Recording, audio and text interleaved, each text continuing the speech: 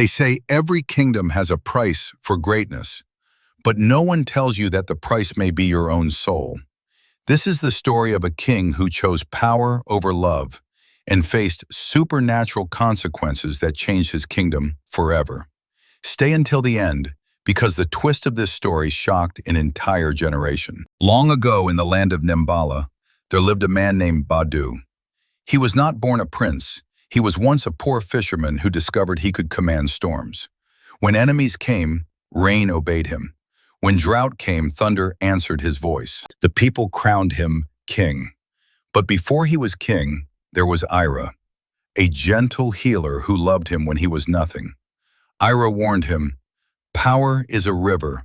Drink too much and it will drown you." Badu laughed and said, "I will only drink what I need." One night, a dying messenger arrived at the palace. "Our enemies march with fire weapons. Your storms can no longer stop them." Fear entered Badu's heart. That same night, an old priest appeared with ash-colored skin and hollow eyes. "There is another power," he said, "a power that controls fate itself." He spoke of the Temple of Echoes, where a being called the Listener granted wishes in exchange for what you loved most. Ira begged him not to go. "If you choose this path, you will lose yourself."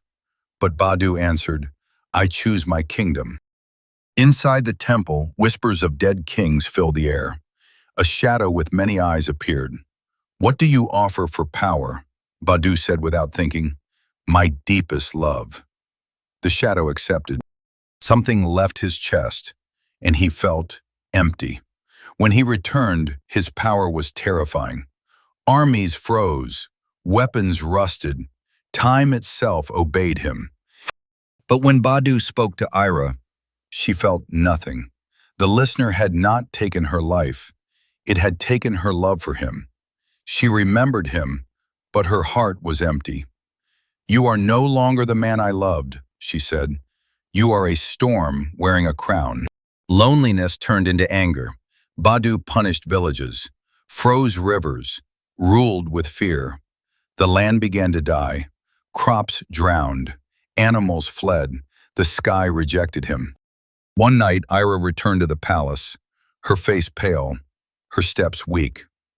"Badu, the power you gained has a secret." The ground beneath them trembled as thunder rolled across the sky. "The spirit in the temple did not take my love," she whispered.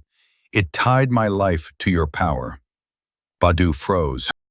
The Listener's voice echoed across the kingdom. "King Badu, your power has grown strong. But every power demands balance." The spirit revealed the truth. "Her life feeds your magic. When she dies, your power becomes eternal." Badu shouted in rage, "Then take the power back." The Listener laughed. "No king gives up power so easily." Then the spirit offered him a choice, a cruel one. "Choose now, ruler of storms." The sky darkened as two visions appeared before him. One showed Ira alive, but Badu weak and powerless. The other showed Badu as the most powerful king in history, feared across the world. But Ira's body turned to dust. Badu looked at the visions and realized something terrifying. If he refused to choose, Ira would die anyway. The spirit had trapped him. The kingdom watched in silence. The woman he loved lay weak in his arms. For the first time since he became king, Badu cried. The Listener spoke again. "Choose power and become immortal in legend. Choose love and become nothing." The crown felt heavy on Badu's head. The throne, the storms, the fear of his enemies, all of it within reach. Ira opened her eyes. She whispered only one sentence. "Be the man I loved, not the king they fear." Silence fell across the palace. Then Badu slowly removed the crown. He placed it on the ground and said, "I choose my deepest love." Lightning exploded across the sky. The power left Badu's body like a storm escaping a cage. The Listener screamed in anger as its magic shattered. Ira breathed again. The sky cleared. The storms were gone forever. Badu lived as an ordinary man again. He had saved the woman he loved, but he would never again be king. And strangely, he finally felt peace. Power will always promise greatness, but love asks something far more difficult: sacrifice.